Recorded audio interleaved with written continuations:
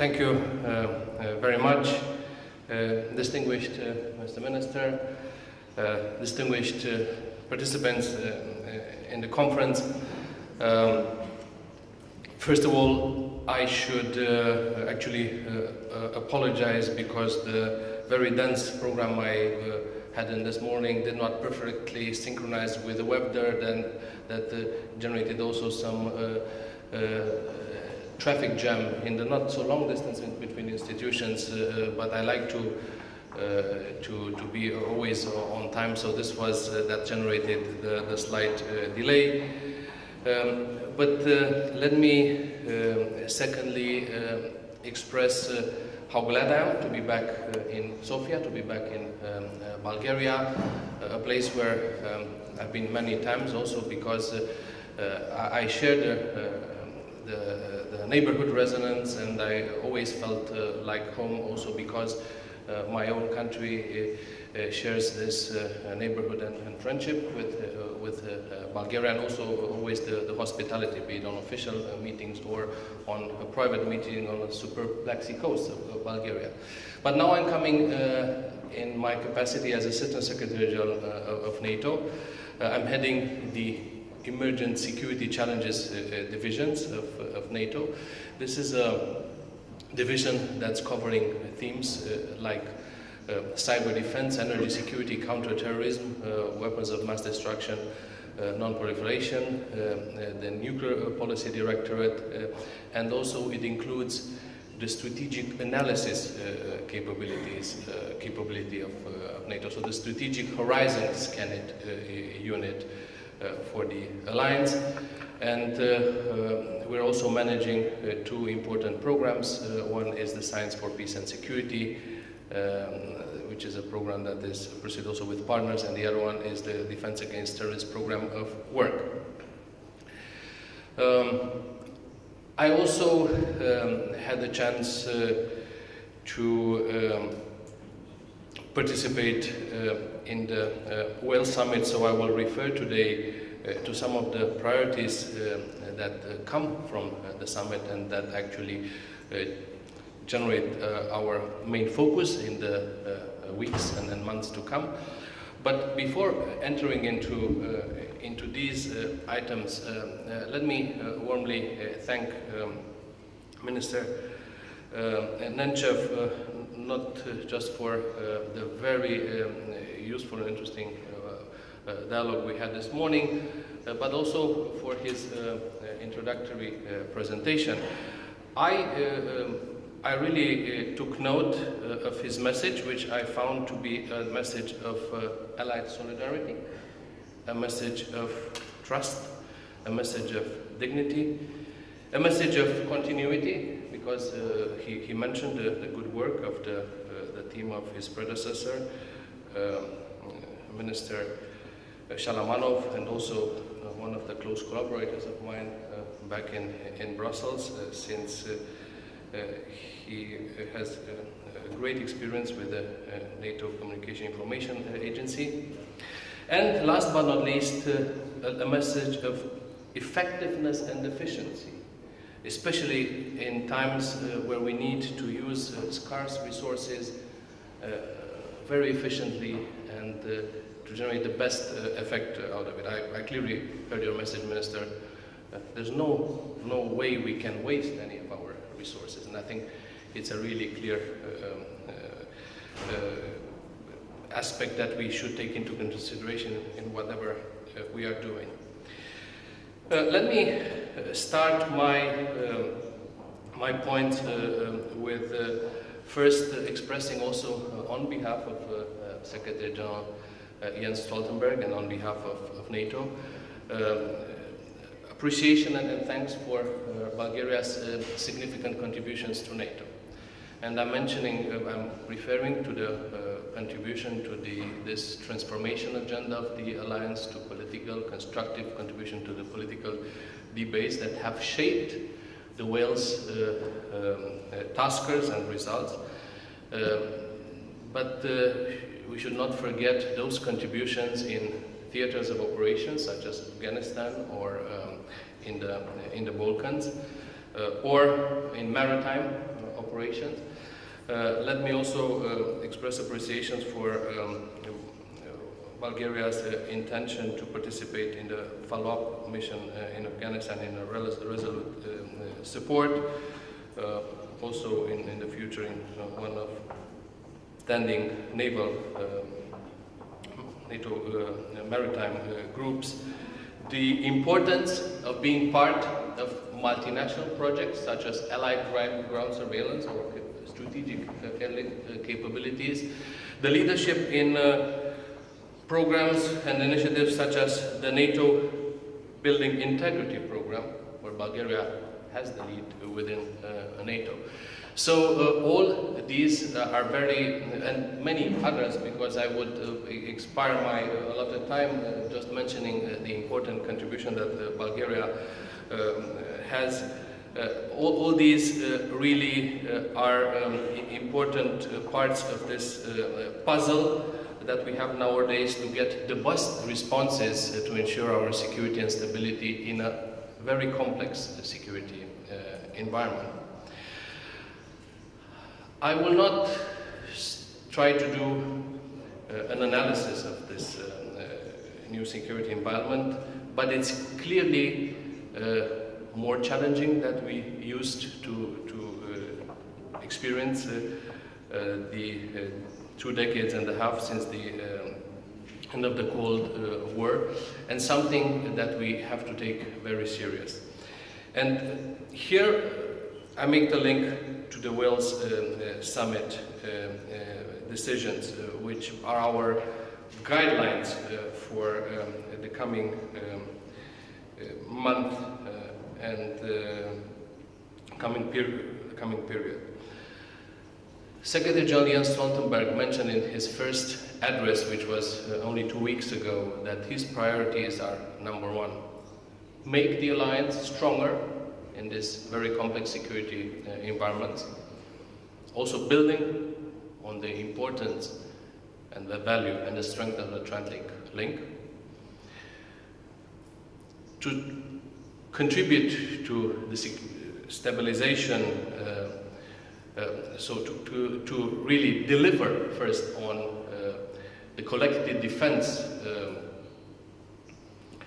core task of the alliance for its allies, but also to try to contribute to the stabilization of alliance neighborhoods, also through the promotion of NATO's partnership network. And of course, all this by putting the high priority on implementing the mandate that we NATO received from heads of state and governments at the Wales summit. So implemented the Wales summit decisions. Number 1, I would mention the readiness. The readiness action plan, so-called RAP. This has to do with NATO's core task of collective defense, and it includes one dimension that refers to those reassurance measures that we have been already pursuing in the context of the Ukraine crisis already for a number of months, but also it includes much broader, much deeper adaptation measures, including those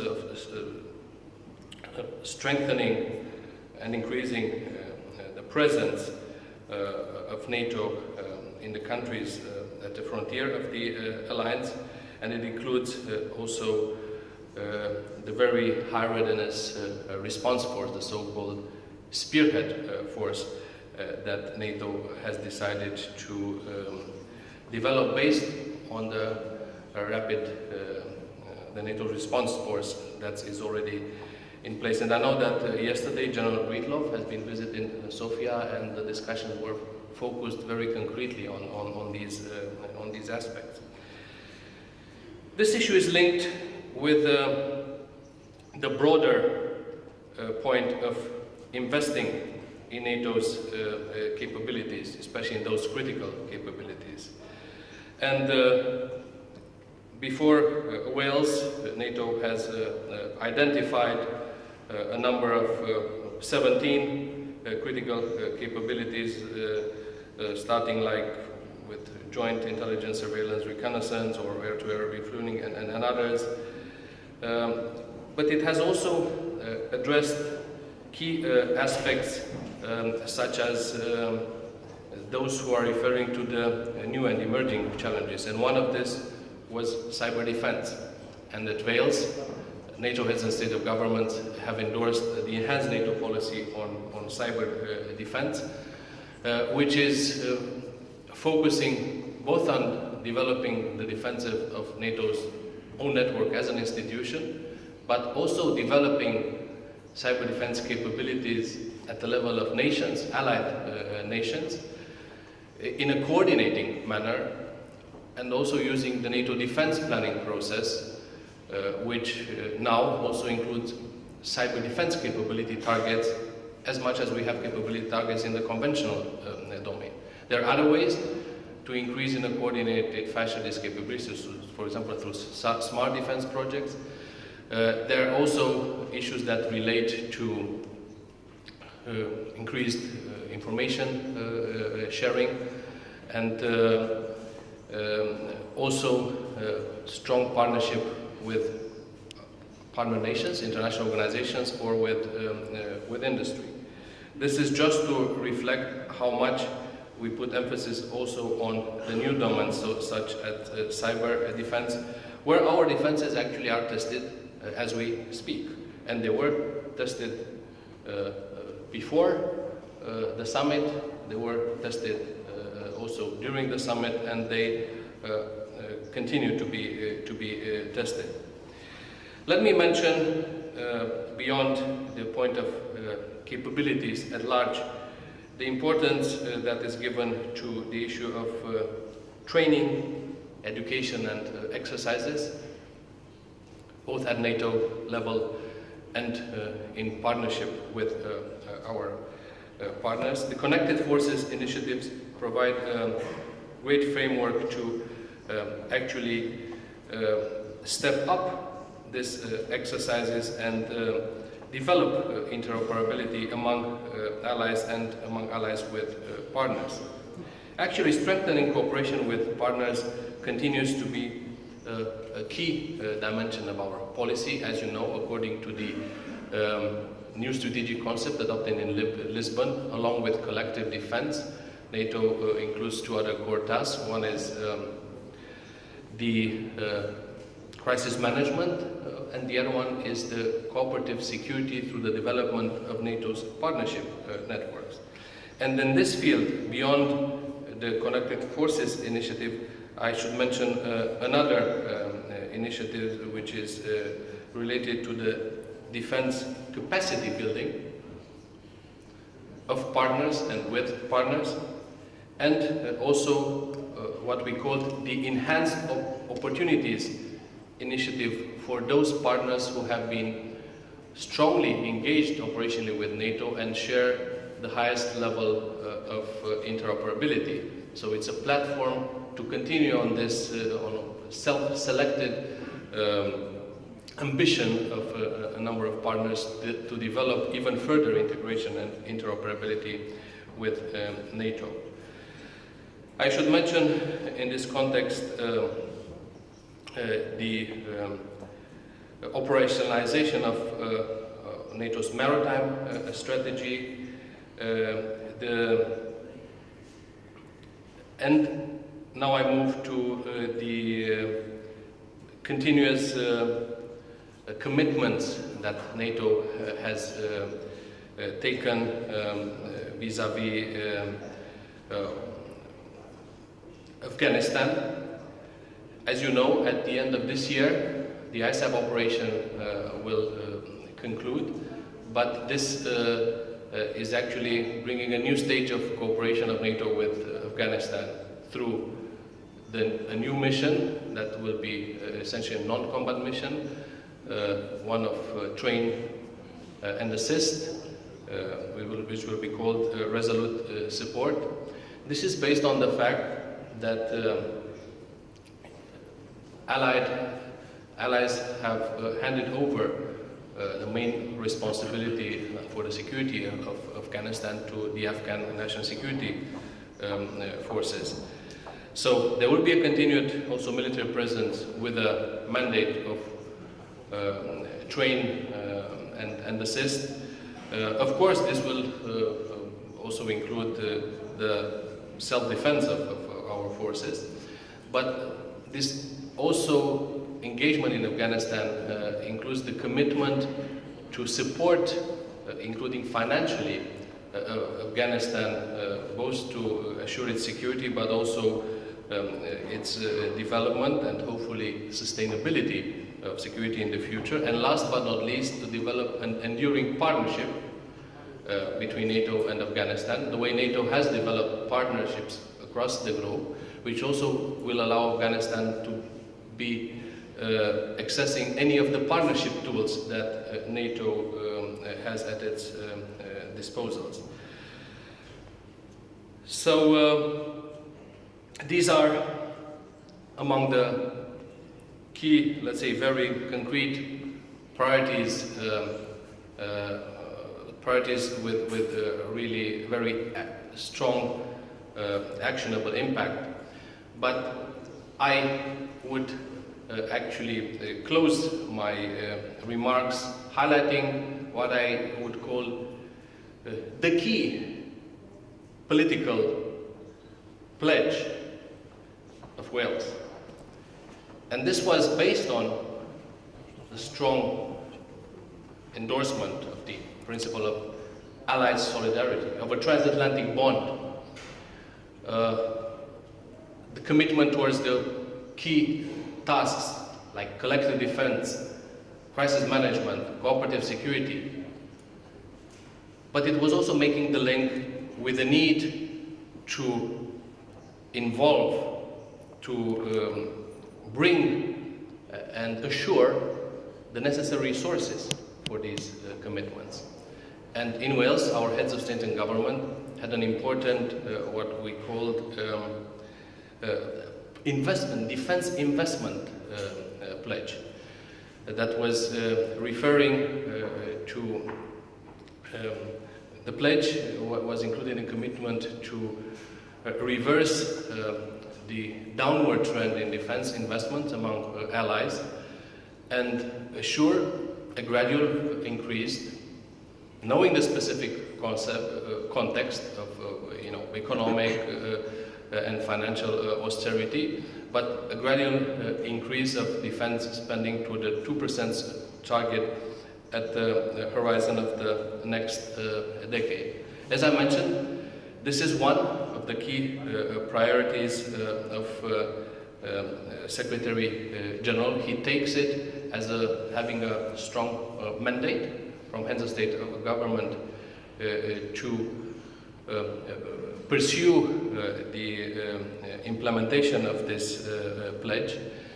And I think it's important, that is important to know, and that's important to be able to acknowledge at the level of political leaders in NATO countries, at the level of the think tank community, in events like the one we have today, and also at the level of the public opinion, that we are living in a security environment that is more complex and more dangerous, I would say, than the ones just a couple of years ago, where you see challenges coming from the east of the alliance in the context of the illegal actions of Russia against Ukraine, like the annexation of Crimea and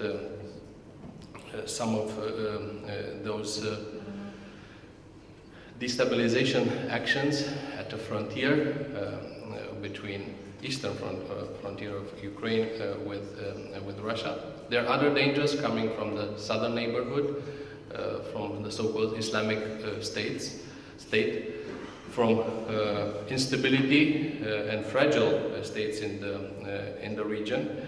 This is why the issue of, for example, foreign terrorist fighters, potential returning foreign terrorist fighters is also something which was discussed at the Wales summit, and also in this specific and volatile security context, there has to be an awareness that security should not be taken for granted. Security and in NATO, the whole philosophy is that of an active solidarity, where each ally brings its contribution, invests in its capabilities. NATO is unique because it's based on the strong values. It offers a strong platform of political dialogue, consensus-building dialogue, but it also has a command structure and a couple of, let's say, programs and policies that makes defense and security more efficient. Because, to be honest, none of us alone can be stronger, smarter, or more secure than all of us together.